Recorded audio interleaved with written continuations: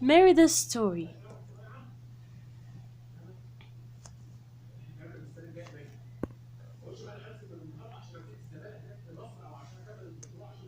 King Vegas and Queen Eleanor ruled the kingdom of Danwell in Scotland. They had troubles. The beautiful Princess Merida. All four children were mischievous. Queen Eleanor tried to teach Merida how to behave like a perfect princess. But Merida liked to slip away from the palace to practice with her bow and arrow. She was a skilled archer. One night, the queen announced that three clans are coming to visit. Each would present a suitor to compete for his hand in marriage. Merida was horrified. "I won't go through with it," she shouted. To Merida's dismay, the suitors arrived as planned. Merida sat waiting for her throne for the archery contest to begin. She knew she could handle a bow and arrow far better than the suitors could.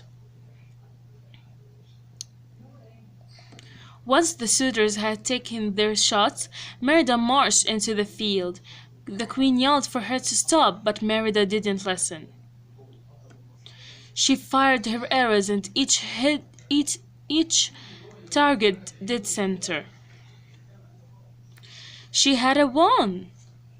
Now she wouldn't have to marry anyone. Queen Eleanor was furious at Merida for ruining the contest. She warned that things needed to be set right. "Marriage is what you want," Merida shouted. Then she slashed the tapestry that depicted her family and ran away. Merida fled deep in the woods, where mysterious blue the wisp led her to the cottage. Inside, she found a witch. Merida begged her to change her mother. The witch gave Merida a spell cake. Back at the castle, Merida presented the cake to her mother. She watched closely as Eleanor took a bite. At first, nothing happened, but then Eleanor began to feel sick. Merida helped Eleanor up into bed. The next thing Merida knew, a huge fairy shape was rising from the sheets. The witch's cake had turned Eleanor into a bear. Worried her mother was in danger, Merida sneaked her out of the castle.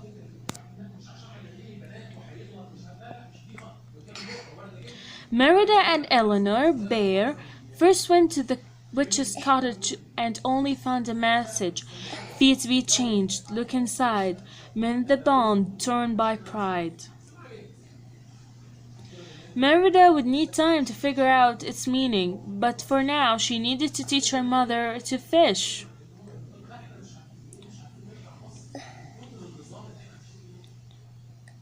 Merida realized that to mend the bond and break the spell, she must repair the tapestry she had torn. After sneaking into the castle, Merida and her mother were discovered by King Fergus. The king drew his sword. "That's not what you think," Merida cried. The king wouldn't listen. He slapped. The king wouldn't listen. He slashed at the bear, who stuck back, knocking him to the ground. The noise drew the visiting lords and their sons. Terrified, Eleanor Bear raced from the castle.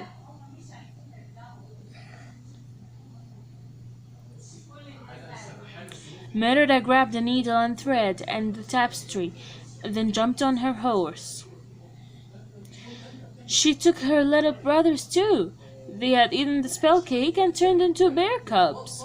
Merida sewed soothed as they all raced to save their mother.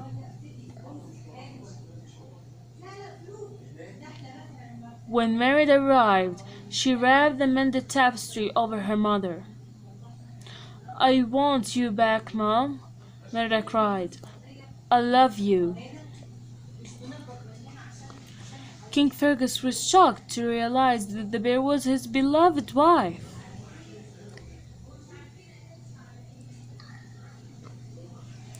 Merida felt a hand brush her hair. The spy had been broken. Eleanor was human once again. The triplets were no longer bears. The queen smiled at Merida. From then on, Merida could be a princess and be herself.